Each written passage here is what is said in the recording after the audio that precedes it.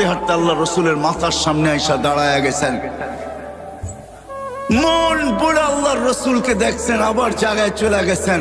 ঘুমের থেকে উঠছেন তো জাবের রাদিয়াল্লাহু তাআলা আনহু বলতেছে, ইয়া রাসূলুল্লাহ, দেখলাম কি? বলে, কি দেখছিস?